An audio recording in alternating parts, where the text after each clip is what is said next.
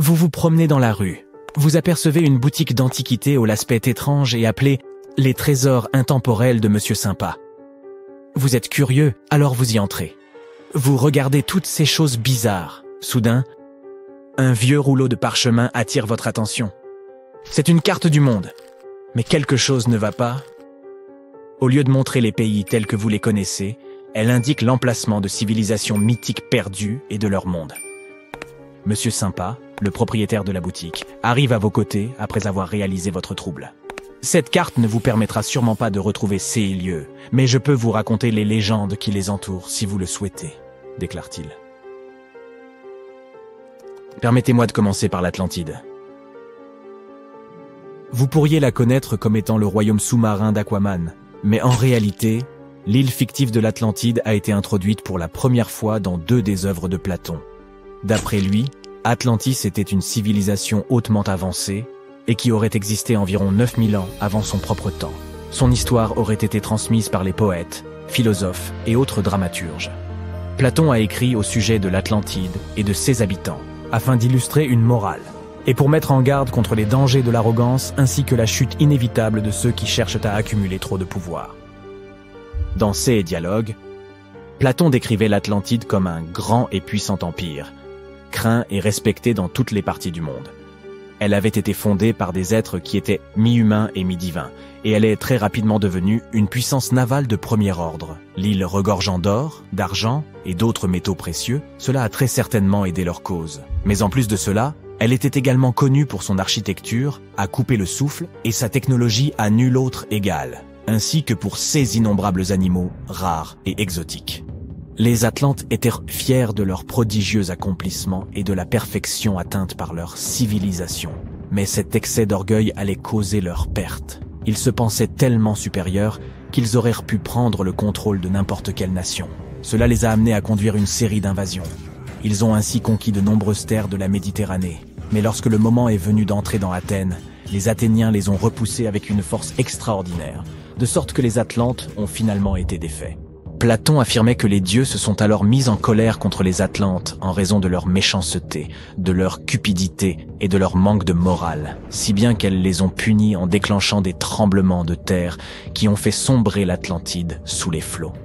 Bien que les premières traces écrites de l'Atlantide soient les œuvres de Platon, certaines personnes croient toujours que son histoire est basée sur des faits concrets et ont essayé d'identifier l'île de l'Atlantide sur la base de pays réels. Certains ont suggéré qu'elle aurait pu être située en Méditerranée, près des côtes espagnoles ou italiennes. D'autres encore pensaient qu'elle aurait pu se trouver dans les Caraïbes, au large de l'Amérique centrale ou de l'Amérique du Sud. Mais il n'existait aucune preuve tangible permettant d'étayer ces affirmations. Une théorie en particulier a semblé plus plausible que toutes les autres. Située dans la mer Égée, l'île de Santorini était le foyer d'une culture minoenne très avancée. Cependant, en raison d'une énorme éruption volcanique, cette société avait été détruite il y a environ 3600 ans, provoquant la disparition soudaine de la civilisation minoenne. Ce similitude entre les Atlantes fictifs et les Minoens historiques ont fait de Santorin la parfaite candidate pour toutes ces spéculations. Pourtant, quelques incohérences majeures persistaient, comme le fait que le moment où Platon replace la destruction de l'Atlantide ne coïncide pas du tout avec celui de l'éruption de Santorin. Ainsi, l'Atlantide continue de n'être considérée comme rien de plus qu'une légende populaire dans le monde scientifique. Progressons maintenant sur la carte en direction du Septentrion, poursuit Monsieur Sympa. Selon la mythologie celtique bretonne, il existait autrefois une ville magnifique appelée Oise, également connue sous le nom de Caeris, et qui surplombait la fameuse baie de Douarnenez en Bretagne. Elle aurait été la cité la plus prospère de tout l'Atlantique. Elle était surtout célèbre pour ses jardins somptueux et ses majestueux édifices. Et tous ses sujets y vivaient heureux et jouissaient du plus grand confort.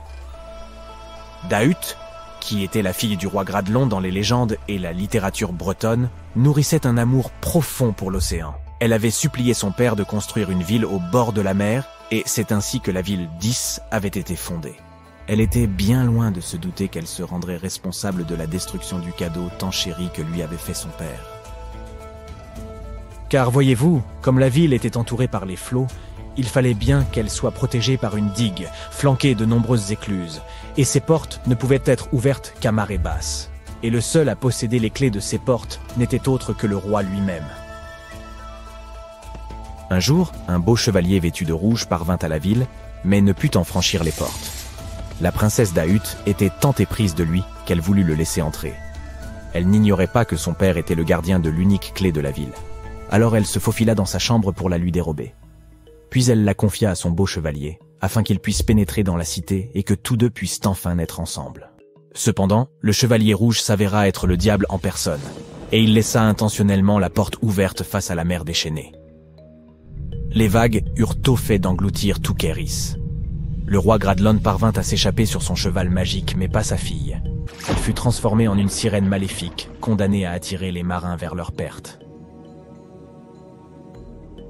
Aujourd'hui, si vous vous rendez à Quimper, en Bretagne, vous pouvez y trouver la statue du roi Gradlon chevauchant son destrier. Bien que la ville d'Is ne soit qu'une légende, certains habitants de la côte bretonne racontent que les jours où les eaux sont calmes, vous pouvez encore entendre le carillon des cloches de la ville profondément sous la mer, si vous tendez l'oreille. Monsieur Sympa pointe ensuite l'océan Indien sur la carte et dit « Maintenant, avez-vous déjà entendu parler du continent perdu de Lémurie ?» Au milieu du 19e siècle, quelques savants ont suggéré qu'il existait autrefois un continent dans l'océan Indien, quelque part près du sud de l'actuel Sri Lanka. Le premier à populariser cette théorie aura été l'avocat britannique et zoologiste Philip Lutley Sclater. Dans son article « Les mammifères de Madagascar », il a prétendu avoir retrouvé des fossiles de lémurs en Inde plutôt qu'en Afrique. Cependant, cette découverte était proprement bouleversante pour lui, eu égard au fait que la terre d'origine des lémurs, Madagascar, se trouvait beaucoup plus proche de l'Afrique. Il a donc avancé que tout cela n'était possible que si un continent plus grand avait un jour connecté les deux. Il a suggéré que ce continent avait dû finalement sombrer au fond de l'océan.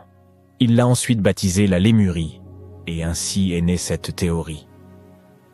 Les chercheurs qui ont succédé à Sclater ont poussé sa théorie un peu plus loin, en avançant que la Lémurie aurait aussi été le foyer d'une race éteinte d'humains, appelés les Lémuriens, lesquels avaient 4 bras et d'énormes corps, et étaient également les ancêtres des humains modernes, ainsi que des petits lémurs contemporains.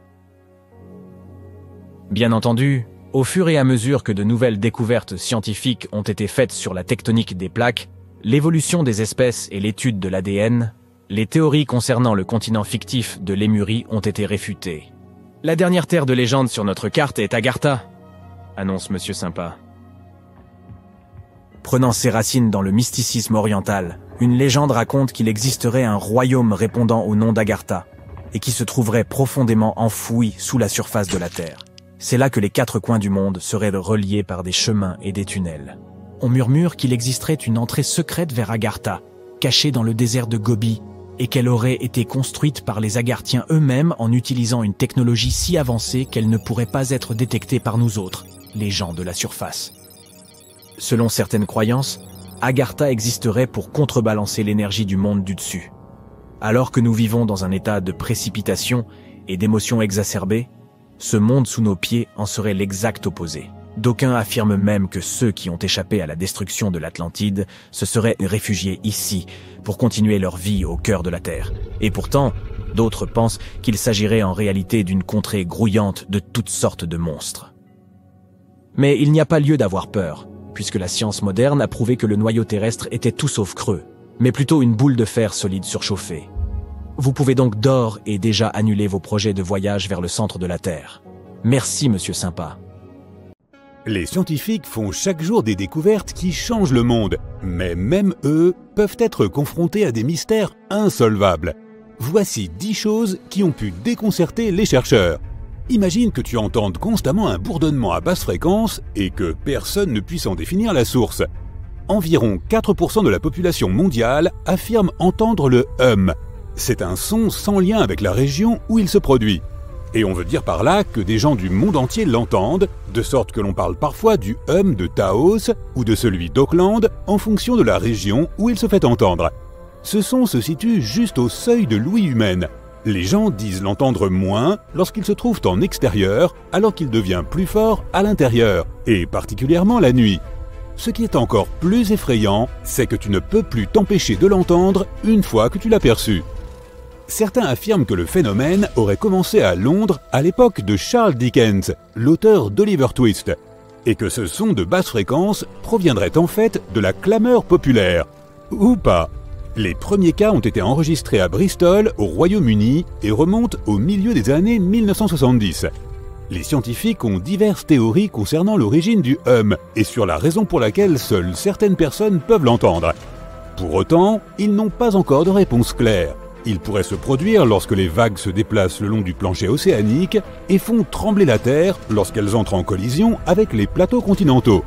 Ou bien il pourrait se produire en raison des éruptions volcaniques et des tremblements de terre. Oh, et que dire des signaux radio à ultra basse fréquence utilisés pour communiquer avec les sous-marins ou même de la 5G. L'upsweep est un autre type de son non identifié. Il a été détecté en 1991 dans l'océan Pacifique et ce son est suffisamment aigu pour être enregistré à travers tout l'océan. Les scientifiques entretiennent l'hypothèse que ce son pourrait être lié à l'activité volcanique sous-marine. Il est intéressant de noter que son volume a diminué par rapport au niveau qu'il avait lors de sa première découverte, mais on peut toujours bel et bien le détecter. De plus, il observe un rythme saisonnier et atteint son volume le plus élevé au printemps et à l'automne. Est-ce lié au changement de saison? Personne ne le sait vraiment. Le mystère suivant consiste en un monument de forme conique trouvé dans la mer de Galilée, en Israël. Cette structure sous-marine a été découverte accidentellement par balayage sonar en 2003, mais ses résultats n'ont été publiés qu'en 2013. Le monument pèserait près de 60 000 tonnes et a été submergé par la montée des eaux il y a bien longtemps. Les archéologues demeurent perplexes devant cette découverte, parce qu'ils ne parviennent pas à déterminer son origine, pas plus que sa fonction. Ainsi, cette structure immense et singulière demeure un mystère. Passons à Göbekli Tepe en Turquie. Ce lieu présente l'un des sites les plus importants du monde sur le plan archéologique. Pourquoi une telle importance? Eh bien parce qu'il recèle d'imposantes pierres sculptées vieilles d'environ 11 000 ans. Pour mettre les choses en perspective, c'est environ 6 000 ans plus ancien que Stonehenge. D'anciennes peuplades ont érigé ces pierres avant même de commencer à maîtriser la métallurgie, l'agriculture ou la poterie. La seule existence de cet endroit va donc à l'encontre de la chronologie des civilisations telles que nous la connaissons, à savoir celle où les gens cultivent d'abord et construisent ensuite. Apparemment, ce n'était pas le cas ici. Quoi qu'il en soit, une question se pose. Quelle était la fonction de ce site? A-t-il été conçu pour vénérer des forces surnaturelles? En effet, les archéologues pensent qu'il pourrait s'agir du plus vieux temple au monde. Paléodiction nodosum. Oui, je sais que ça ressemble à une formule magique. Il s'agit en fait d'un fossile vivant trouvé au fond de l'océan.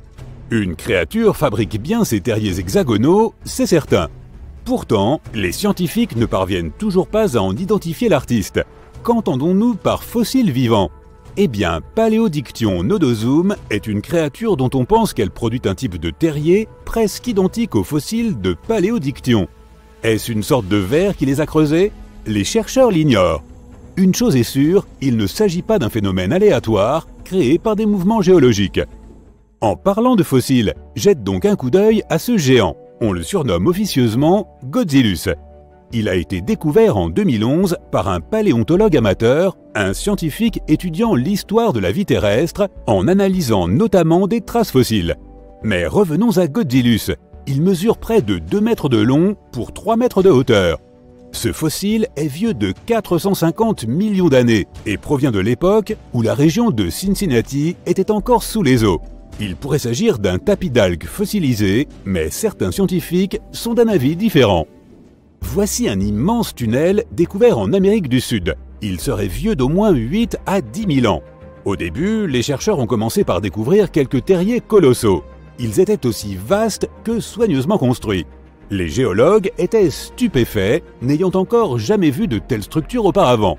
Aucun processus géologique connu ne permet d'expliquer leur formation. Les chercheurs connaissent d'ailleurs l'existence de ces terriers depuis les années 1930.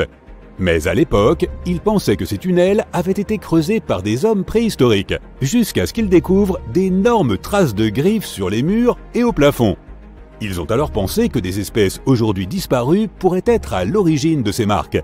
Et de nombreux géologues croient fermement être tombés sur des terriers de paresseux géants ou de tatous.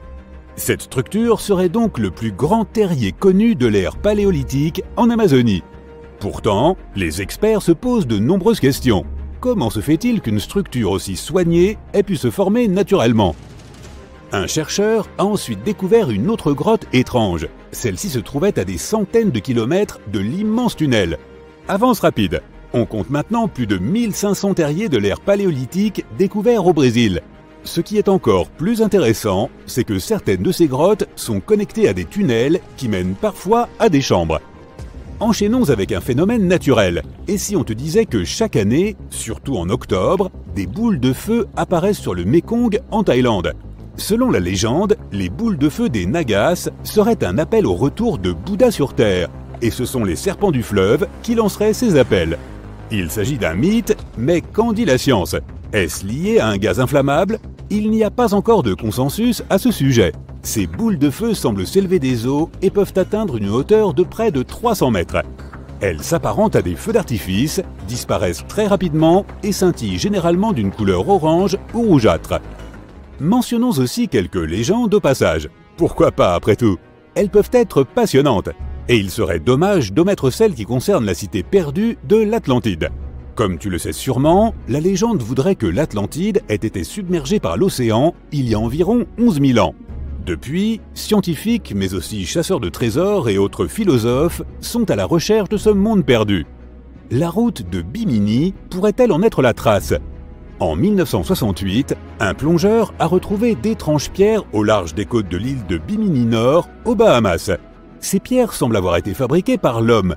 On dirait qu'elles ont été espacées de façon régulière et posées en rang ordonné. Les scientifiques ont été déconcertés, mais pas pour longtemps. La datation au carbone de ces blocs a révélé que des forces géologiques avaient créé cette route naturellement. Il n'y avait pas de marque d'outils ou de signes indiquant que les blocs avaient été empilés les uns sur les autres. Les recherches se poursuivent, mais les scientifiques pensent en général que ces blocs ont été créés par l'érosion. Je suppose que le scoop de l'Atlantide n'est pas pour demain. Imagine, tu te promènes sur la plage et tu vois des dizaines de pieuvres passer devant toi. En 2017, un groupe de personnes au Pays de Galles a précisément assisté à cela. Pourquoi ces créatures sont-elles sorties de l'océan? Personne ne connaît la réponse. Le groupe a rapporté avoir vu 20 à 30 pieuvres ramper sur le sable. Ils ont bien cherché quelques signes de blessures chez elles, mais n'ont rien trouvé. Pour finir, ils ont déclaré avoir rejeté ces animaux à la mer. Il est intéressant de noter que les pieuvres ont continué à ramper sur le rivage jusque dans la nuit. Les experts disent qu'il est difficile d'être sûr de la raison qui a pu pousser ces mollusques sur la plage sans procéder à un examen physique. Ils spéculent encore sur la raison de ce phénomène rare et singulier. S'agirait-il d'une surpopulation de pieuvres? Une autre étude souligne que plus les pêcheurs s'attaquent aux grands animaux qui se nourrissent de ces pieuvres, plus leur population augmente. C'est peut-être pour cela que ces dernières n'ont d'autre choix que d'aller plus loin pour trouver de la nourriture ou un abri. Mais sans recherches approfondies, il n'y a là que des théories. Il y a aussi beaucoup de choses que nous ignorons encore sur l'espace. Voici donc une info bonus sur la source jaunâtre de... As-tu déjà entendu parler de Göbekli Tepe? C'est un site ancien en Turquie qui a littéralement fait réécrire les livres d'histoire par les historiens. Il y a plus de 11 000 ans, un groupe d'hommes préhistoriques a créé ce chef-d'œuvre énigmatique qui serait même plus ancien que Stonehenge. Avant sa découverte, les archéologues croyaient que les gens ne connaissaient pas encore le fer et n'étaient pas bien doués pour faire de la poterie. Ils étaient convaincus que la vie sédentaire n'avait émergé qu'avec le besoin d'agriculture. Mais Göbekli Tepe a déjoué cette croyance. Ce lieu a révélé que c'était le temple qui avait ouvert la voie à une vie sédentaire et non pas un mode de vie agraire. Jusqu'à cette découverte, les chercheurs pensaient que c'était l'agriculture qui avait été le catalyseur de la vie sédentaire. Voici le professeur Schmidt, l'homme dont les découvertes ont bouleversé cette théorie. Il a réussi à prouver que des communautés de chasseurs-cueilleurs avaient posé les toutes premières fondations de ce mode de vie. Retour dans les années 60, d'autres archéologues ont visité la région, mais ils ont totalement manqué le coche. En arpentant la région, ils sont tombés sur une colline, où étaient dispersées quelques dalles de calcaire, et en ont conclu qu'il s'agissait simplement d'un ancien cimetière datant du Moyen Âge. Ils étaient à loin de se douter qu'il y avait tant à découvrir. En 1994, Schmitt s'est lancé dans sa propre enquête sur les sites préhistoriques de la région. Et surprise, il a immédiatement réalisé qu'il avait découvert quelque chose d'extraordinairement unique. Contrairement aux plateaux plats et stériles voisins, Göbekli Tepe présentait un sommet doucement arrondi, s'élevant à 15 mètres au-dessus du paysage environnant. De façon plutôt comique, la traduction du nom de cet endroit est « la colline Ventru ». Schmitt était sûr que seuls des humains auraient pu créer une chose pareille. Ces morceaux de calcaire brisés qui étaient pris à tort pour des pierres tombales se sont avérés être bien plus passionnants. C'était comme tomber sur un trésor caché. Les fragments ont pris un tout nouveau sens, et Schmitt, avec son équipe, se sont apprêtés à plonger dans les secrets cachés sous la surface. À leur grande surprise, ils n'ont trouvé aucune trace d'habitation. Pas de foyer pour cuisiner, pas de maison, et aucun de ces adorables bibelots d'argile communément trouvés dans des sites voisins du même âge. Cependant, ils ont découvert que ces peuples anciens employaient déjà des outils, comme des marteaux en pierre. Schmitt et son équipe ont donc réfléchi ensemble et se sont livrés à une estimation audacieuse de l'âge des structures en pierre de Göbekli Tepe. Leur estimation a été confirmée par quelques datations au carbone effectuées sur place. L'aspect si ancien de ce lieu commençait enfin à avoir du sens. C'était comme un puzzle qui s'assemblait lentement. On pourrait penser qu'à l'époque, les gens n'avaient pas d'outils dédiés à la création de quelque chose d'aussi impressionnant que Göbekli Tepe. C'est faux. Il s'avère que ces hommes préhistoriques utilisaient des outils en silex au lieu de burins en métal sophistiqué. Ils étaient également doués pour tailler le calcaire plus doux et créer des piliers sur place. Ensuite, ils charriaient les piliers sur une courte distance jusqu'au sommet et les plaçaient verticalement. Une fois que les anneaux de pierre étaient terminés, on les couvrait de couches de terre. Avec le temps, on ajoutait de nouveaux anneaux, et voilà.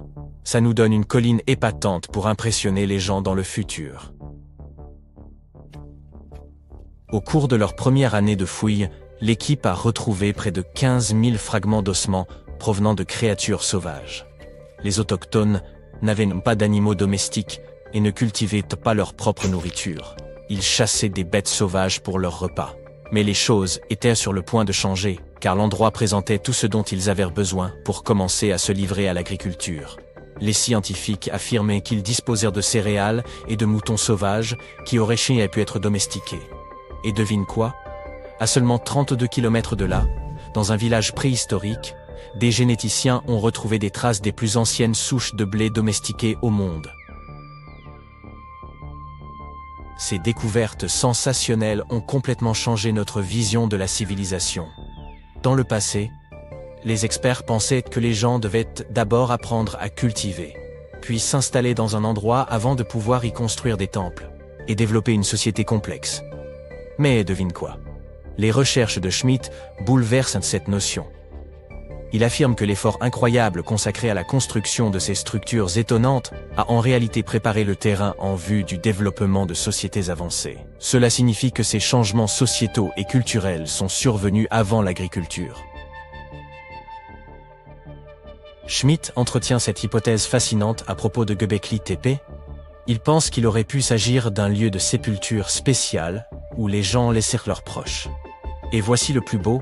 Le site funéraire était orné de statues élégantes et de symboles représentant des divinités de l'autre monde. L'idée que Göbekli Tepe aurait pu servir de site sacré ajoute une autre couche de complexité à notre histoire. Alors que le véritable intérêt du site peut nous échapper, les réflexions de Schmitt nous invitent à considérer le lien profond qui unit la vie et l'au-delà et le respect que ces sociétés de chasseurs-cueilleurs auraient peut-être nourri pour leurs défunts ancêtres. Maintenant, évoquons les stars du spectacle. Les fascinantes colonnes en forme de T qui dominent Göbekli Tepe. Ces structures mystérieuses mesurent de 3 à 6 mètres de hauteur et représentent très probablement des figures humaines stylisées. Mais l'une d'elles se distingue du reste. Un bas-relief de lion en 3 dimensions. Cette représentation stimule vraiment notre imagination. Pourquoi? parce qu'elle suggère la possibilité que des lions aient erré en Anatolie durant la période néolithique. Ces pierres levées sont disposées en cercles et placées dans des fosses rectangulaires. Chaque cercle a une configuration similaire. 2 grands piliers en forme de T au centre, entourés de piliers légèrement plus petits, orientés vers l'intérieur. Tu parles d'un arrangement élégant. Ces imposants piliers atteignent les 5 mètres et pèsent entre 7 et 10 tonnes. Certains d'entre eux sont simples et épurés, tandis que d'autres sont de véritables œuvres d'art avec des gravures complexes. Les renards, les scorpions et les vautours prennent vie, rampent et se tordent sur les côtés des piliers. Mais il n'y a pas que des animaux qui soient représentés sur ces pierres. Certains piliers portent des formes abstraites représentant des hommes et même de petites gravures figurant des vêtements. Certains d'entre eux ont même des ceintures. Enfin, il y a un pilier qui se démarque des autres, comme une véritable rockstar. Ce très ancien pilier de pierre suggère qu'une comète se serait écrasée sur Terre. Cela s'est produit pendant une période froide qui a duré environ un millénaire. Des études antérieures, examinant les carottes de glace du Groenland, avaient déjà évoqué cette théorie de la comète. Mais maintenant, les gravures de Göbekli Tepe la confirment. Les gravures de ces piliers sont comme une bande dessinée historique. Elles montrent même une figure humaine sans tête. Les chercheurs ont traité ces images par ordinateur et ont découvert leur lien avec les constellations, ce qui indique que ce temple aurait pu être un ancien observatoire. C'est comme si nos ancêtres essayaient de documenter cet événement cataclysmique de leur manière unique. Les archéologues fouillent et analysent Göbekli Tepe depuis le milieu des années 90, révélant couche après couche d'histoire et nous fournissant une compréhension plus profonde des relations complexes qui régissaient les premières sociétés.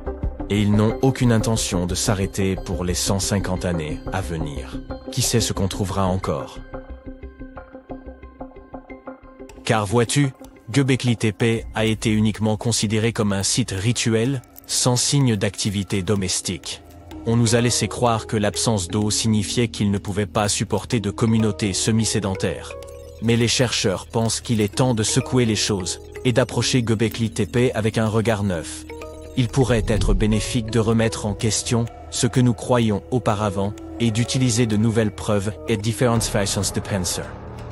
Ainsi, il pourrait y avoir un groupe de personnes vivantes dans cette région qui ne restaient pas au même endroit tout le temps. Ils se déplaçaient un peu mais avaient tout de même une culture propre, vivant dans la région de manière semi-sédentaire. Göbekli Tepe n'est pas seulement l'emplacement d'un temple unique, mais aussi d'une incroyable collection de plus de 20 structures anciennes. À mesure que les archéologues sondent les profondeurs de cette merveille, ils en comprennent la disposition unique, avec 2 points focaux proéminents au cœur de chaque fondation, complétés par des structures plus petites et des murs de partage. Ce qui était encore plus fou, c'est que l'on compte également plus de 200 obélisques dans les parages. Kenny Veach, 47 ans, a dit à sa famille qu'il allait faire de la randonnée pendant 2 jours. Sa destination, le désert de Mojave. L'homme voulait revisiter une grotte qu'il avait découverte lors d'une de ses randonnées précédentes. Mais ce fut la dernière fois que quelqu'un a vu Kenny Veach. Un hélicoptère et plus de 30 équipes de recherche et de sauvetage sont revenus bredouilles. On ne trouvait nulle part le randonneur. Est-ce que la mystérieuse grotte M était à l'origine de sa disparition? La chose la plus étrange dans le cas de Kenny est qu'il était un randonneur aguerri. Il partait souvent seul pour explorer les déserts de Californie et du Nevada. L'homme était un randonneur ultra léger. Cela signifie qu'il n'emportait que le strict nécessaire. De l'eau, de la nourriture et une tente, c'est tout. Mais c'était suffisant pour plusieurs jours de camping dans le désert. Kenny n'emportait que rarement un appareil GPS avec lui. Il ne se donnait même pas la peine d'emporter une boussole ou une carte. Certains le qualifieraient d'imprudent, mais il a réussi à rentrer chez lui à chaque fois. Kenny n'était pas timide non plus. Il avait une chaîne YouTube sur laquelle il postait régulièrement ses aventures. Il a nommé sa chaîne Snake Beat McGee parce qu'il ramassait des serpents partout où il allait. Mais Kenny avait aussi une autre habitude. Il entrait dans chaque grotte qu'il trouvait dans le désert. Maintenant, il ne postait pas beaucoup de vidéos. Kenny utilisait principalement YouTube pour commenter les aventures des autres. Dans un commentaire de juin 2014, l'homme a révélé qu'il avait découvert une mystérieuse grotte en forme de M. Elle était située dans les montagnes de Sheep, au nord de Las Vegas. La description de la grotte par Kenny est l'endroit où la partie étrange de l'histoire commence. Il l'a repérée alors qu'il faisait de la randonnée et a remarqué que l'entrée de la grotte était intéressante. Elle avait la forme d'un parfait Monsieur Kenny, s'en est approché, mais quelque chose n'allait pas. Il a signalé que son corps a commencé à trembler alors qu'il approchait de la grotte. Les vibrations étaient si fortes près de l'entrée que Kenny a rebroussé chemin. Dans ses propres mots, il avait peur pour sa vie. Cela devait vraiment être quelque chose s'il a effrayé un randonneur expérimenté. Kenny avait un palmarès impressionnant. Il faisait de la randonnée depuis 20 ans. Il explorait des grottes que d'autres personnes avaient trop peur de pénétrer. Une fois, il a été mordu par un serpent à sonnette et a dû passer 1 semaine à l'hôpital. Lors de ses voyages, l'homme a trouvé des crânes de toutes formes et tailles, ainsi que de vieux pièges à animaux. Kenny dormait sur les sommets des montagnes sous les étoiles. Une fois, il s'est blessé la jambe au sommet d'une montagne. Il a dû marcher 32 km pour retourner à son camion. Il faisait 38 degrés Celsius ce jour-là, et Kenny avait une tasse d'eau pour tenir le coup. Kenny Veach était un véritable survivaliste. Mais cette grotte restait un mystère pour lui. Il admettait qu'il était totalement dépourvu ce jour-là. Il avait les outils pour ouvrir une boîte de conserve, mais pas pour combattre la force mystérieuse qui avait pris possession de son corps. Mais Kenny n'était pas un abandonneur. Il avait prévu de retourner à la grotte M, et cette fois, il allait être prêt. Il le fit plusieurs mois plus tard, beaucoup mieux équipé. Mais le voyage s'est avéré être un échec. Il a enregistré une vidéo mais n'a pas réussi à trouver la grotte. Était-ce la fin? L'explorateur courageux allait-il enfin abandonner? Pas du tout. Ses abonnés sur les réseaux sociaux voulaient qu'il résolve le mystère. Alors, il est parti dans le désert pour la 3e fois. Il avait prévu un court voyage d'1 nuit, mais personne ne l'a plus jamais revu.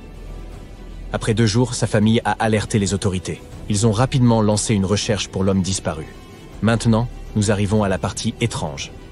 Dans une de ses vidéos, Kenny se tenait devant un vieux puits de mine abandonné. C'est là qu'il a informé les spectateurs de la mission. Les équipes de secours sont arrivées à ce point et ont trouvé le téléphone de Kenny. C'était 10 jours après le début des recherches. Mais la piste a vite refroidi. Les secouristes craignaient le pire. Ils ont décidé d'envoyer une caméra dans le puits, mais n'ont rien trouvé. Pendant 1 mois entier, personne ne savait où se trouvait Kenny. Et puis, le mystère s'est approfondi. Une femme inconnue s'est manifestée en ligne. Elle prétendait être la petite amie de l'homme disparu.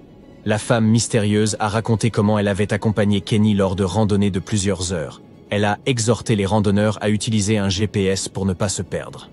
Et puis, une affirmation qui a choqué les utilisateurs des réseaux sociaux. La femme pensait que la disparition de Kenny n'était pas un accident. Elle a révélé que son prétendu petit ami avait de sérieux problèmes. Apparemment, il avait quitté son emploi 1 an avant sa disparition. Kenny Veach s'était-il vraiment aventuré dans le désert pour mettre fin à ses jours? Les gens n'étaient pas convaincus. La fille de Kenny croyait que son père avait juste eu un accident. Selon elle, c'était un survivant. Est-ce que la mystérieuse M-Cave était responsable de sa disparition? A-t-il trouvé quelqu'un ou quelque chose qu'il n'aurait pas dû trouver là? Les questions persistaient. Et les théories parmi la communauté en ligne aussi. Les randonneurs et youtubeurs étaient déterminés à trouver la M-Cave. Cela résoudrait une fois pour toutes la mystérieuse disparition de Kenny Veach. En 2021, un randonneur a eu de la chance. Il prétendait avoir trouvé la secrète M-Cave. Pour des raisons de sécurité, l'homme ne pouvait pas révéler son emplacement exact. La grotte se trouve quelque part près de la route d'État du Nevada 375 Est. L'entrée de la grotte ressemble vraiment à une lettre M surdimensionnée, tout comme Veach l'a décrit. Mais la forme est difficile à remarquer depuis le niveau du sol. Ce n'est que lorsque vous la regardez d'en haut que la forme M est visible. Qui sait? Des randonneurs ont peut-être passé devant pendant des années sans remarquer la grotte. Même Kenny n'a pas pu localiser l'entrée la 2e fois qu'il est parti à sa recherche. La grotte n'était pas très profonde, mais il y avait quelque chose d'étrange à l'entrée. Il semble qu'il y avait une ligne droite de roche. Quelqu'un a-t-il essayé de murer l'entrée? Et au fond de la grotte, on trouvait une découverte encore plus étrange. De petits morceaux de bois étaient éparpillés sur le sol. Ils ressemblaient à beaucoup aux 2x4 qui sont utilisés dans la construction. Y avait-il une porte ici autrefois? Le randonneur a trouvé un clou sortant de la pierre. Cela pourrait faire partie d'un loquet qui était là autrefois. Mais la partie la plus étrange était l'inscription sur le mur. Hatch ou Veach, c'est difficile à dire. Le randonneur qui a découvert la grotte ne voulait pas rester pour le découvrir. Il a quitté la grotte en hâte. Non, ce n'était pas parce qu'il ressentait une étrange vibration dans son corps comme Kenny. Il ne voulait tout simplement pas être dans une grotte désertique au milieu de nulle part. C'est le désert de Mojave, l'un des paysages les plus dangereux sur Terre. Ce cadre pourrait-il mieux expliquer comment Kenny Veach a disparu sans laisser de traces en 2014 ? Le surnom du désert est bien mérité. C'est ici que les scientifiques ont enregistré la température la plus chaude de la planète. 57 degrés Celsius. Et la température moyenne pendant l'été ? Juste 45 degrés Celsius. Pas de problème. Mais vous aurez aussi besoin d'une couverture. La nuit, les températures de l'air descendent bien en dessous de zéro. Parlez d'une montagne russe climatique. Et la liste des dangers ne s'arrête pas là. L'endroit le plus sec et le plus chaud des États-Unis abrite des animaux dangereux. Des lions des montagnes, des lézards venimeux, des araignées et des guêpes. Vous nommez ça. N'importe lequel de ces animaux peut mettre fin à la vie d'un randonneur imprudent. Il y a une raison pour laquelle Kenny portait toujours des protections contre les serpents lorsqu'il randonnait. Et puis, il y a les puits de mine. Les autorités locales conseillent vivement aux randonneurs de ne pas y entrer. Ces vieilles mines des années 1800 sont très instables. Une personne peut facilement tomber dans un puits caché. Ils ont également des poches d'air viciées qui peuvent suffoquer une personne. Et souvenez-vous de la faune sympathique. Ils vivent aussi dans ces puits, serpents à sonnette, scorpions et araignées veuves noires. Kenny Veach aurait facilement pu tomber dans l'un de ces puits. Et il n'y aurait personne pour l'aider à des kilomètres à la ronde, car le Nevada est l'un des États les moins peuplés. Nous ne qualifierions pas cette île de mystique sans les récits décrivant les géants qui l'habitent. L'île de Gozo, située à Malte, sert de toile de fond à une légende ancienne. Malte, nation insulaire nichée dans la mer Méditerranée, au sud de l'Europe, occupe une position stratégique exceptionnelle. Au fil de son histoire, elle a été gouvernée par de nombreuses civilisations, parmi lesquelles les Phéniciens, les Grecs, les Romains et les Carthaginois. Par une nuit glaciale, il y a plusieurs millénaires, un fermier aperçut le ciel virer à l'orange, puis au rouge, avant d'entendre un bruit sourd retentir. Bien que le sol tremblât légèrement, il ne s'agissait pas d'un séisme. En scrutant la forêt, il distingua une silhouette colossale, plus haute que les arbres. Approchant avec précaution, il réalisa qu'il s'agissait d'une femme, une géante, qui se présenta sous le nom de Sansuna. Contrairement aux terribles géants décrits dans de nombreux récits, Sansuna ne nourrissait aucune intention de détruire l'humanité. Bien au contraire, elle se montrait bienveillante et généreuse. Elle révéla aux fermiers que son peuple pouvait aider à défendre leurs terres contre les envahisseurs.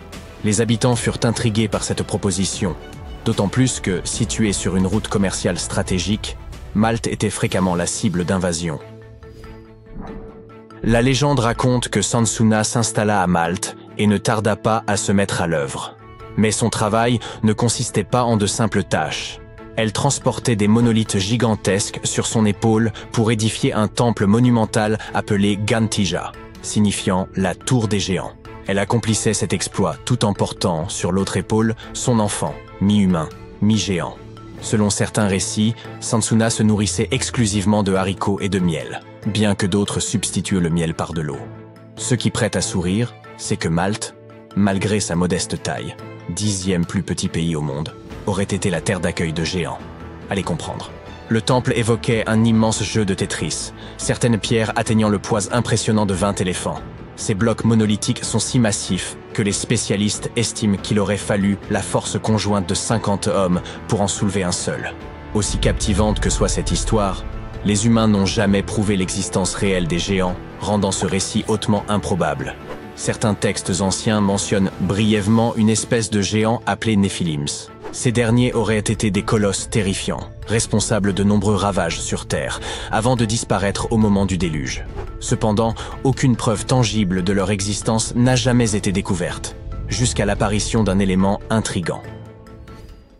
L'archéologie maltaise a mis au jour plusieurs découvertes étonnantes au fil des années, dont l'une des plus marquantes est connue sous le nom de crâne de l'hypogée. Ce terme, d'origine grecque, signifie « souterrain ». Ce site extraordinaire fut découvert au cours de la première décennie du XXe siècle, lorsqu'un appel urgent parvint au directeur du Musée national de Malte. Des ossements remarquables avaient été déterrés par accident, nécessitant son expertise immédiate. l'hypogée se présentait comme une véritable ville souterraine, composée de labyrinthes et de salles réparties sur plusieurs niveaux. Ces structures avaient été taillées dans un calcaire similaire à celui utilisé pour les temples maltais situés en surface. L'hypogée regorgeait de précieuses reliques et d'artefacts inestimables. Les chercheurs ont rapidement établi que l'hypogée servait de lieu de dernier repos pour les habitants de l'époque. Parmi les découvertes figuraient de nombreux ossements, squelettes et surtout des crânes. Ces derniers n'étaient pas des crânes humains classiques, mais appartenaient à la catégorie dite allongée. Plus intriguant encore, ces crânes ont été dissimulés au public pendant de nombreuses années, alimentant des spéculations et donnant naissance à une multitude de théories. Cette découverte a constitué un tournant pour l'archéologie maltaise, même si les scientifiques se sont retrouvés démunis face à cette énigme. Certains se sont interrogés sur l'origine de ces crânes, se demandant s'ils étaient naturels ou avaient été altérés, en sachant que certaines cultures utilisaient des techniques de déformation crânienne. D'autres chercheurs ont évoqué des hypothèses plus audacieuses, allant des petits hommes gris aux géants légendaires. Certains suggèrent même que ces crânes allongés pourraient être des sculptures dédiées à des divinités venues d'ailleurs. Faute de preuves pour confirmer ces théories, une question demeure. Qui étaient réellement les bâtisseurs des temples mégalithiques de Malte? Examinons les faits établis par les scientifiques. Les temples mégalithiques de Malte se dressent depuis 3500 ans avant notre ère, ce qui les rend encore plus anciens que les pyramides d'Égypte. La véritable énigme réside dans le fait que ces édifices aient été érigés bien avant l'apparition de l'écriture. Pourtant, leur construction nécessitait des compétences technologiques avancées que l'on peine à expliquer. Le temple de Gantija semble défier toute logique humaine par son ampleur. Le temple sud possède un couloir bordé de 4 salles ovales, évoquant la forme d'un grand trèfle. Dans l'une de ces salles, les archéologues ont découvert des autels ornés de motifs en spirale. Ces structures, vraisemblablement utilisées à des fins rituelles, témoignent de l'importance des pratiques spirituelles chez les premiers Maltais. Le temple nord, bien que similaire dans sa conception, est plus modeste et dispose d'une entrée si basse qu'elle oblige les visiteurs à se courber pour y pénétrer. Ce détail pourrait symboliser un geste de déférence envers les divinités vénérées en ces lieux. Il est difficile de ne pas s'interroger sur les raisons mystérieuses qui ont poussé ces bâtisseurs à créer un temple d'une telle envergure. Peut-être ont-ils enrôlé l'un dragon de Daenerys pour déplacer ces monolithes? Bien sûr, il ne s'agit que d'une plaisanterie. Mais saviez-vous que les célèbres portes de Medina, à Malte, avaient servi de décor pour Port-Réal dans l'épisode 3 de la première saison de Game of Thrones? Quoi qu'il en soit, revenons aux géants. La théorie selon laquelle ces lieux avaient une vocation rituelle a gagné en crédibilité lorsque les archéologues ont mis au jour des figures énigmatiques surnommées les Dames Grasses. Ces petites statues, au corps rond et au visage reflétant une grande joie de vivre, semblent témoigner d'un certain hédonisme. Ces statues rappellent étrangement une version miniature de Sunsuna, la géante évoquée précédemment. Les scientifiques estiment qu'elles figuraient probablement le bien-être et la prospérité. Leur existence atteste non seulement des compétences artisanales avancées des anciens Maltais, mais aussi de l'intentionnalité de leur construction et de leurs créations artistiques. L'une de ces œuvres, connue sous le nom de « La Dame endormie », est une pièce d'art néolithique représentant une femme de forte corpulence, allongée sur le côté, semblant dormir paisiblement. Après des analyses approfondies, les chercheurs ont supposé qu'elle incarnait la grande faucheuse. Découverte dans l'hypogée, un vaste lieu de sépulture, cette statue se distingue des autres Dames Grasses, notamment par sa coiffure et sa jupe ornée de broderies. Une autre statue intrigue particulièrement. Elle représenterait une femme mesurant 2,50 m de hauteur, accompagnée d'un fragment du bord de sa jupe. Sa découverte, pour le moins inhabituelle, remonte à 1915, lorsqu'un agriculteur, gêné dans son travail par de larges blocs de pierre, invita le directeur du Musée national de Malte à venir les examiner. Pour certains, cette trouvaille constitue la preuve de l'existence de Sunsuna, tandis que d'autres restent sceptiques. Et ce n'est pas tout. L'endroit où cette statue gigantesque a été trouvée abritait l'un des sites archéologiques les plus impressionnants de Malte, les temples de Tarsien. Construits à partir de blocs de calcaire, certains mesurent dans 6 mètres de haut et pèsent environ 20 tonnes. En poursuivant ces fouilles, le directeur du musée, un certain Zamit, découvrit plusieurs sites similaires, tous composés de pierres mégalithiques. Ces structures, attribuées à des agriculteurs de l'âge de pierre ayant vécu sur une île isolée de la Méditerranée il y a des milliers d'années, défient toute logique. Il suffit d'observer les temples de Mnajdra. Ils pourraient y bien représenter le tout premier calendrier au monde. Lors des équinoxes, le soleil traverse directement l'entrée principale et éclaire l'axe central du temple. Quant aux solstices, ils offrent deux variations remarquables. Pendant le solstice d'été, les rayons illuminent le bord du mégalithe, situé à gauche de l'entrée, tandis qu'en hiver, ils se déplacent vers la droite. C'est là une démonstration fascinante de précision astronomique. Et que dire des structures de halles tarxiens, déjà mentionnées? Ce complexe est considéré comme le plus ancien de tout Malte.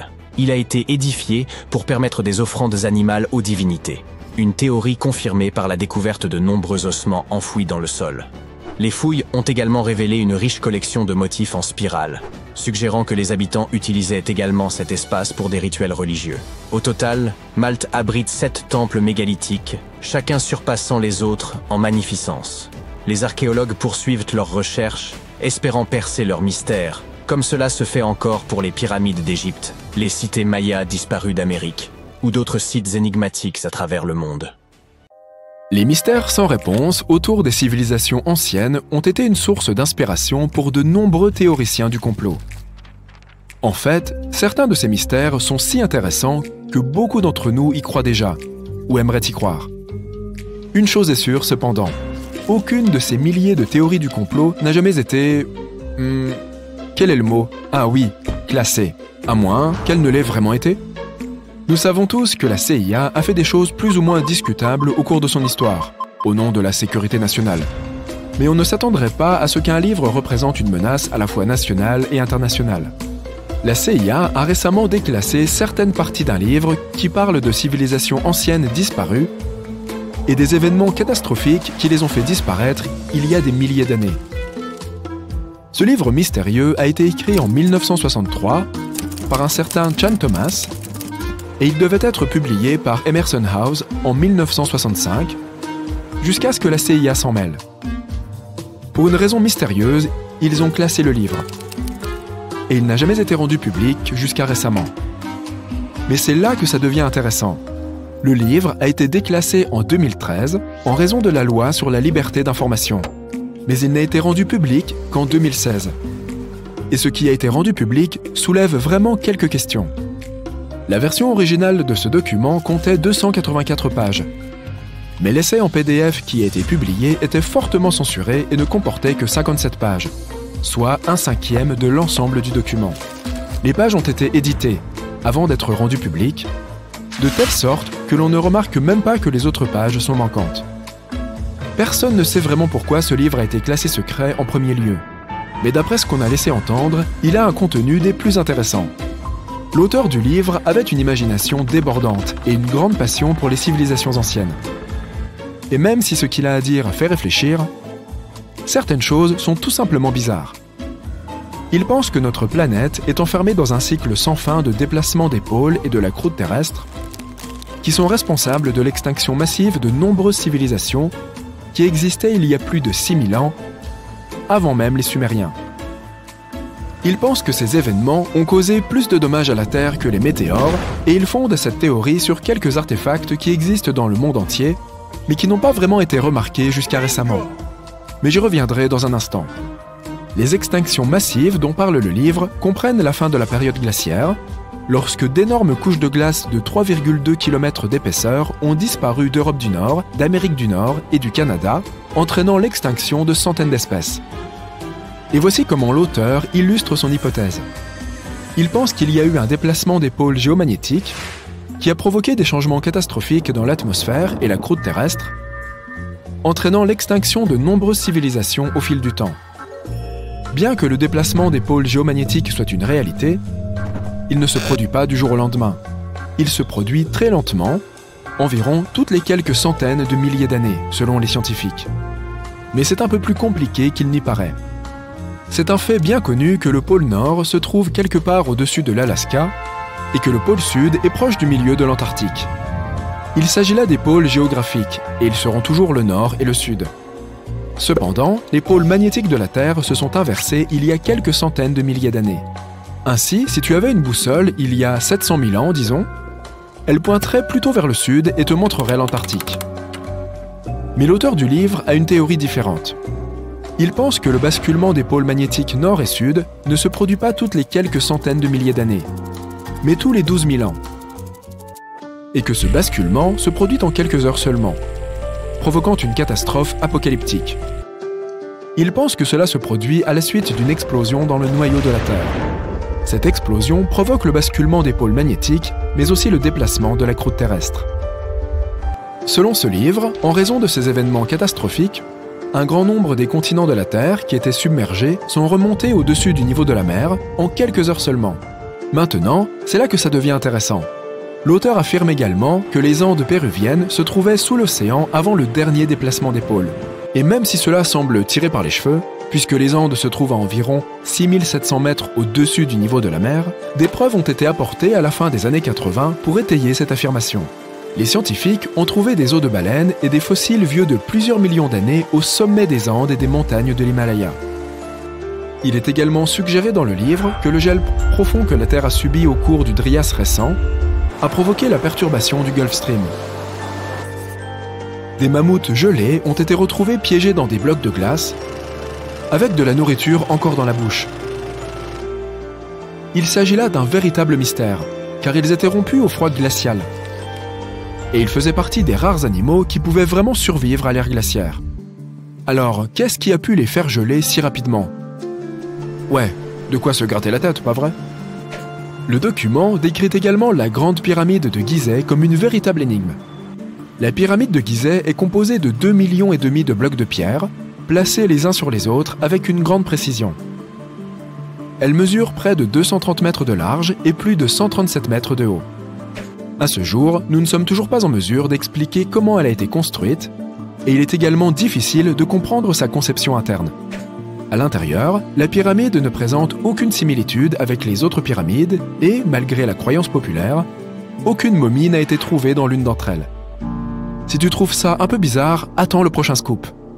On ne trouve absolument aucun hiéroglyphe dans aucune des pyramides. Et cela vaut dans les deux sens. Qu'est-ce que je veux dire? Qu'il n'y a pas non plus de pyramide, ni rien qui ressemble à une pyramide dans aucun des hiéroglyphes. Monsieur Thomas pense que les pyramides ont été créées des centaines de milliers d'années avant les Égyptiens, par une civilisation qui s'est éteinte. En parlant de civilisation, dans son livre, il mentionne même les Grecs. Il affirme qu'en Grèce, il existait une autre ancienne race d'humains qui s'est également éteinte. Il affirme qu'ils étaient extrêmement grands, aux yeux bleus et aux cheveux blonds, et qu'ils avaient accès à des technologies avancées que les Grecs ne pouvaient même pas connaître à leur apogée. Avant de nous éloigner des blocs de pierre, parlons d'un autre mystère. Le temple de Bacchus, à Baalbek au Liban, et ses gigantesques blocs de fondation. Ces pierres, qui constituaient Héliopolis, ont également été utilisées pour le temple de Rome. Les fondations des temples sont faites de pierres trillites de 900 tonnes. Et, selon l'auteur, c'est la preuve qu'il devrait exister une ancienne civilisation perdue avec une technologie plus qu'avancée. La plupart des archéologues affirment que ces pierres ont été taillées par les Romains. Cependant, il n'y a aucune preuve pour étayer cela. Les Romains n'avaient pas l'équipement technologique pour fabriquer de telles pierres ou les soulever. Tu peux donc te demander, et s'ils les avaient simplement façonnées sur place? Eh bien, ces pierres ont également été soulevées à 9 mètres de haut et ont été placées les unes à côté des autres avec une précision mathématique. Et n'oublions pas les blocs au sommet d'Héliopolis, qui pèsent environ 800 tonnes chacun. Mais attends d'entendre la meilleure. Les Romains ne revendiquent même pas le mérite de ces mégalithes. Ils prétendent avoir bien construit les côtés, mais ils ne s'attribuent aucun éloge pour ces pierres de fondation extraordinairement grandes et lourdes. L'auteur fait également une remarque intéressante sur la distance entre la capitale romaine et Baalbek au Liban. Pourquoi les Romains auraient-ils flanqué les plus grandes pierres monolithiques du monde dans une région aussi éloignée de leur capitale, sans jamais s'en attribuer le mérite? Eh bien, les amis, c'est un grand mystère pour moi. Passons maintenant à l'énigme la plus intrigante. L'île de Pâques, qui se trouve au milieu de l'océan Pacifique. L'auteur se demande comment les gens ont pu la trouver, ou même s'installer sur une île aussi éloignée il y a si longtemps. L'un des symboles de l'île de Pâques sont les statues Moai, et le mystère entourant qui elles pourraient bien représenter et pourquoi. Une question encore plus importante est de savoir comment elles ont été créées, puis déplacées et positionnées aux endroits où elles se trouvent. Selon ce document déclassé, l'île de Pâques faisait partie d'un continent aujourd'hui perdu, appelé Mu. et elle a été engloutie dans l'océan Pacifique lors d'un cataclysme qui s'est produit pendant l'un de ses déplacements des pôles. Le continent de Mu, selon le livre, était aussi grand que l'Amérique du Sud, et ce que nous appelons maintenant l'île de Pâques est tout ce qu'il reste de ce continent. L'auteur pense également que c'est ce qui s'est passé avec la cité perdue de l'Atlantide. Platon est même cité à ce sujet, affirmant que toute la cité atlante a sombré plusieurs kilomètres sous les flots en un seul jour.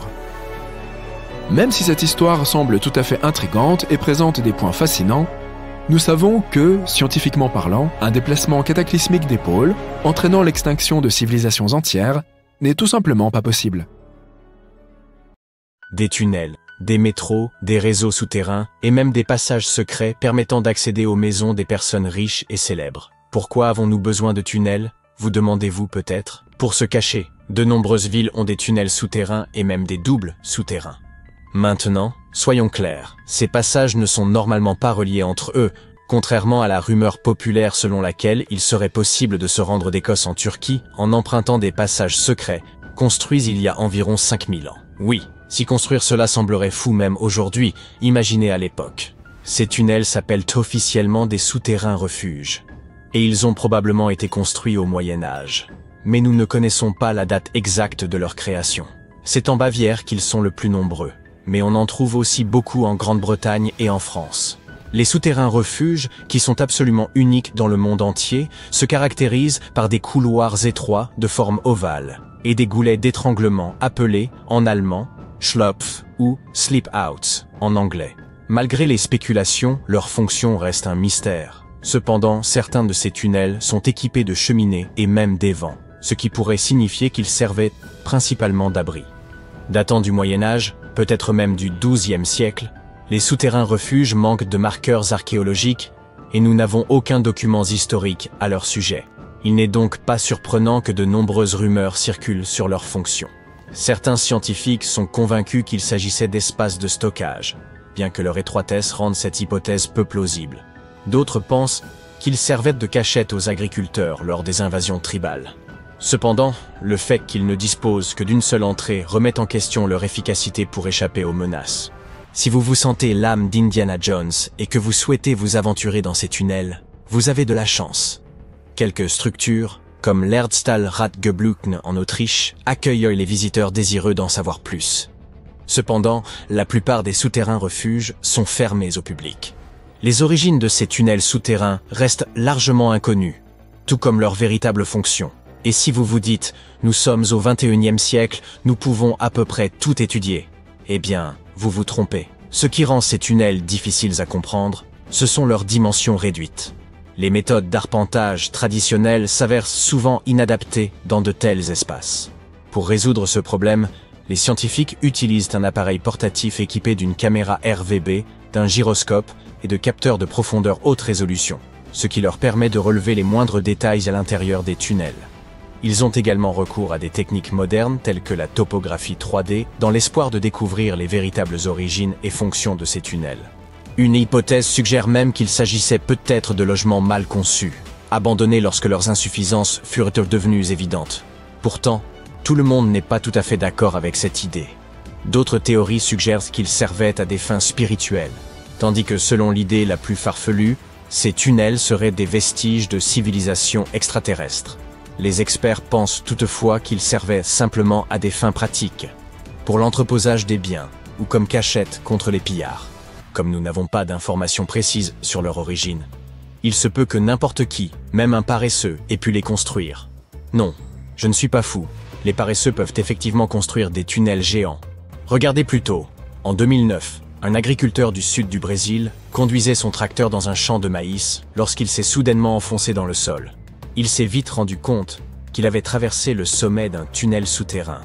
Lorsque les chercheurs sont venus enquêter, ils ont trouvé un passage d'environ 2 mètres de haut sur 2 mètres de large, s'étendant sur environ 15 mètres, et ce juste au-dessous de la maison du fermier.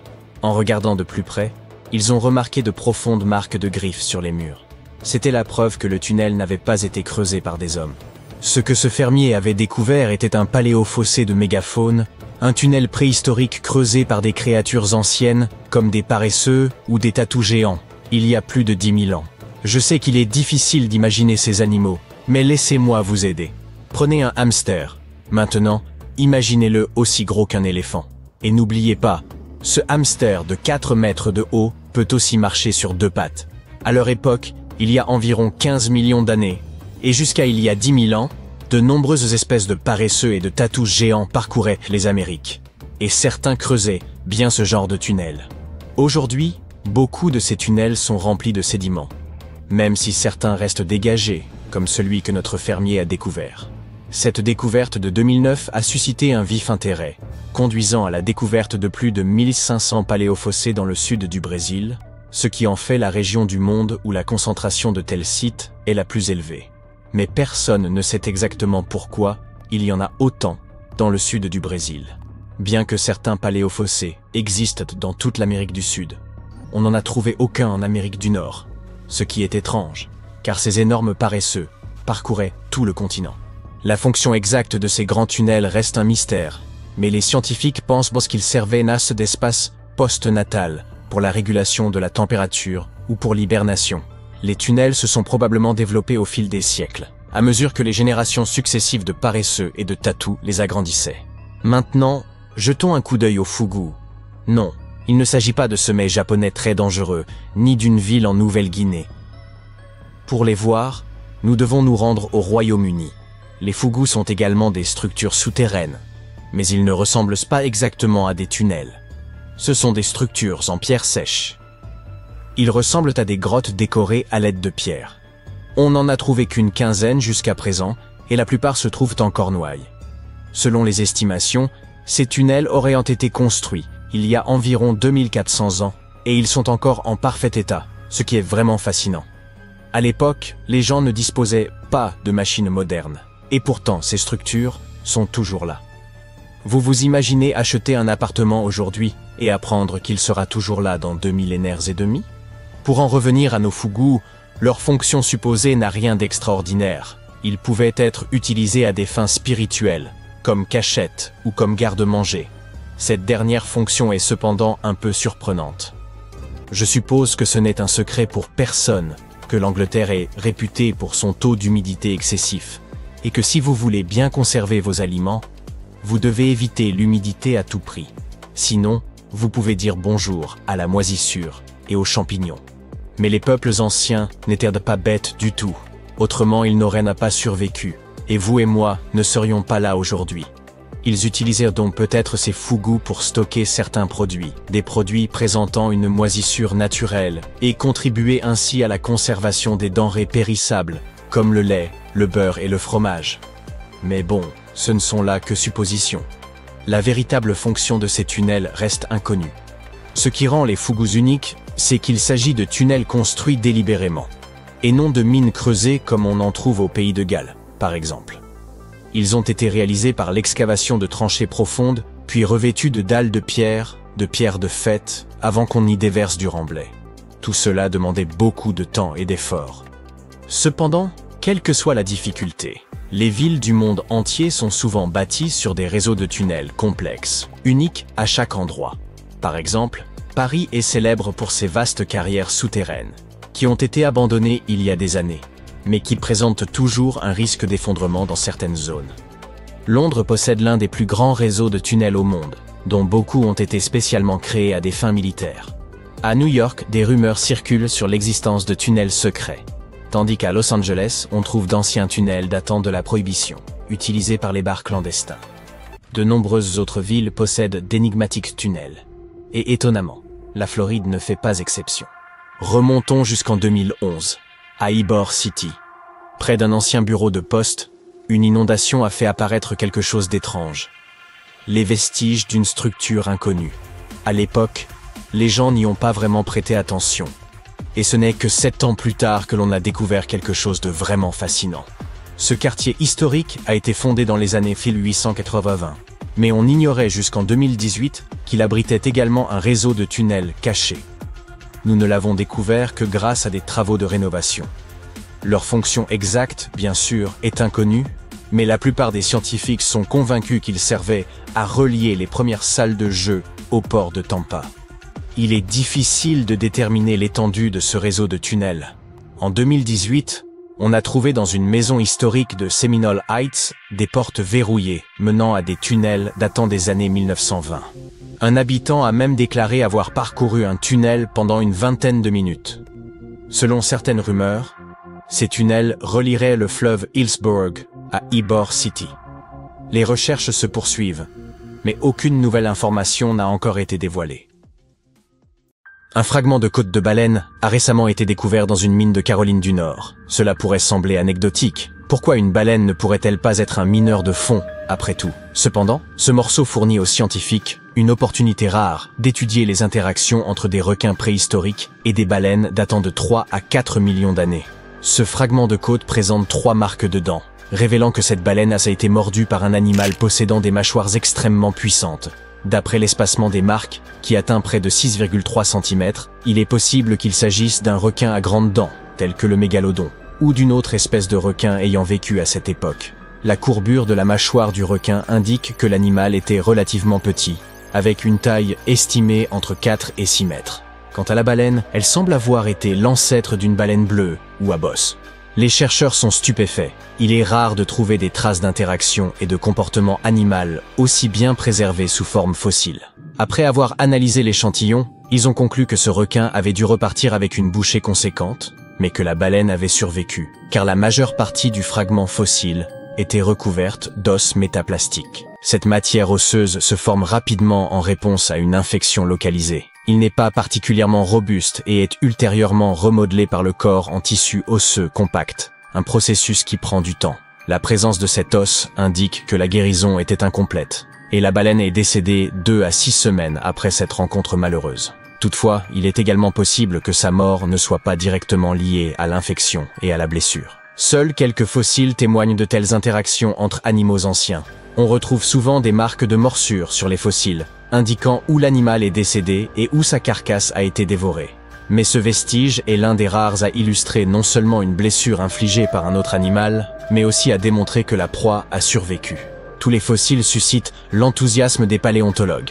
Et oui, ces gens devraient peut-être sortir de chez eux plus souvent. Mais certains fossiles peuvent sembler terrifiants aux yeux du grand public. Prenez par exemple cette image montrant des bras tentaculaires et des têtes octogonales. Lors de sa première apparition dans les médias, de nombreux internautes ont avancé qu'il s'agissait d'un organisme ancien, venu de l'espace. D'autres ont estimé que toute l'histoire n'était qu'une imposture. Pourtant, l'image est aussi authentique que le fossile.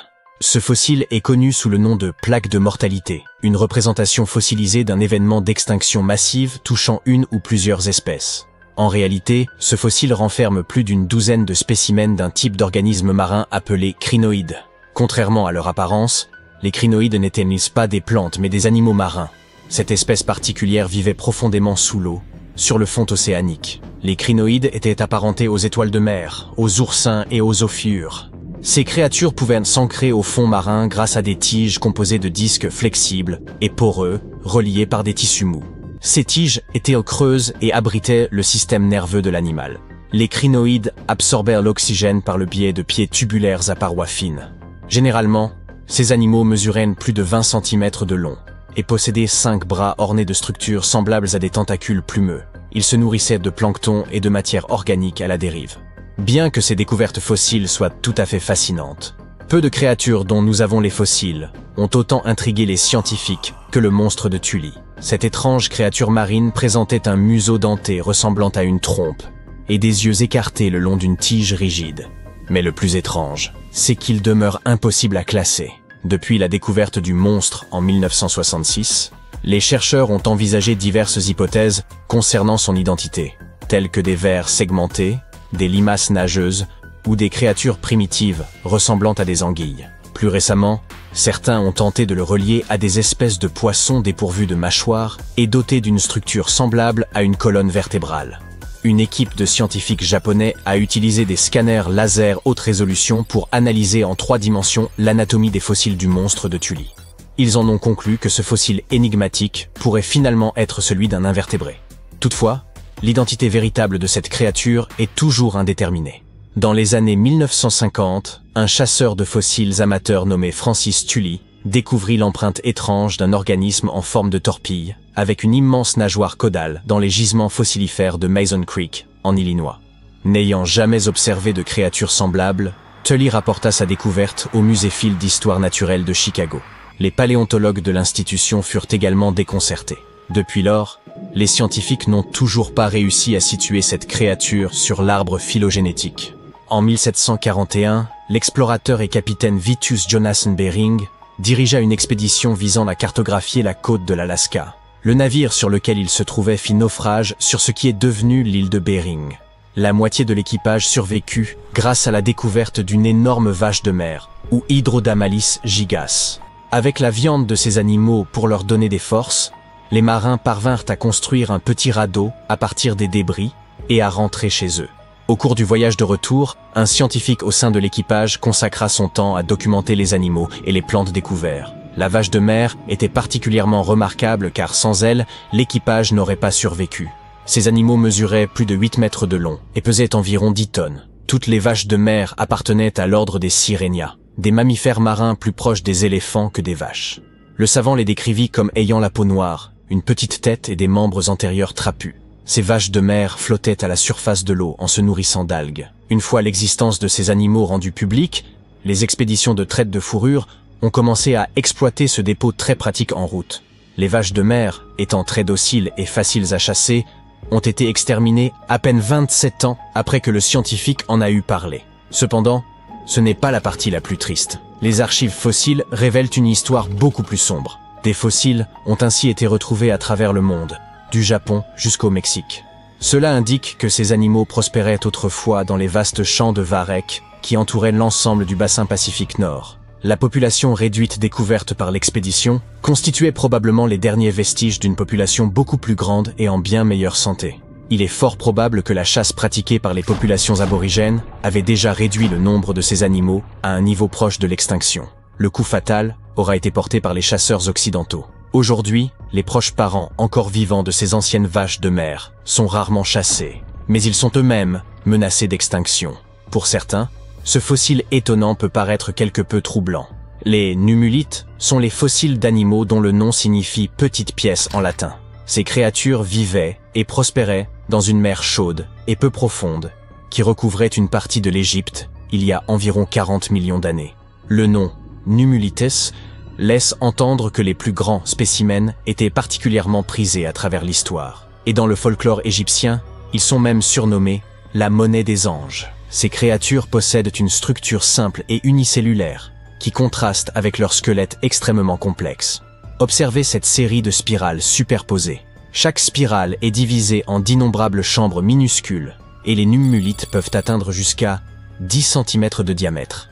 Pourtant, ce sont des fossiles d'animaux unicellulaires, apparentés aux amibes.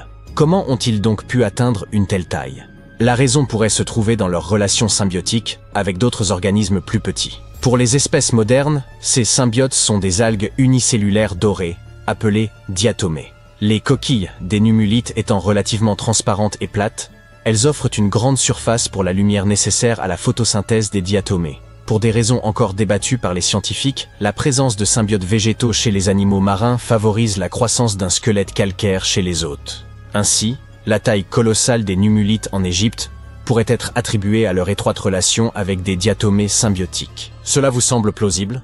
Fait intéressant, les espèces de numulites ont évolué très rapidement, et leurs fossiles se sont altérés d'une couche de sédiments à l'autre. Ainsi, le calcaire utilisé pour les pyramides de Gizeh est si riche de ces fossiles qu'il est désigné sous le nom de calcaire numulitique. Ce calcaire contient également deux types de numulites, les petites lentilles des esclaves et les grandes monnaies des anges. Cependant, il ne s'agit pas de différentes espèces, mais plutôt de différentes étapes du cycle de vie d'une seule et même créature.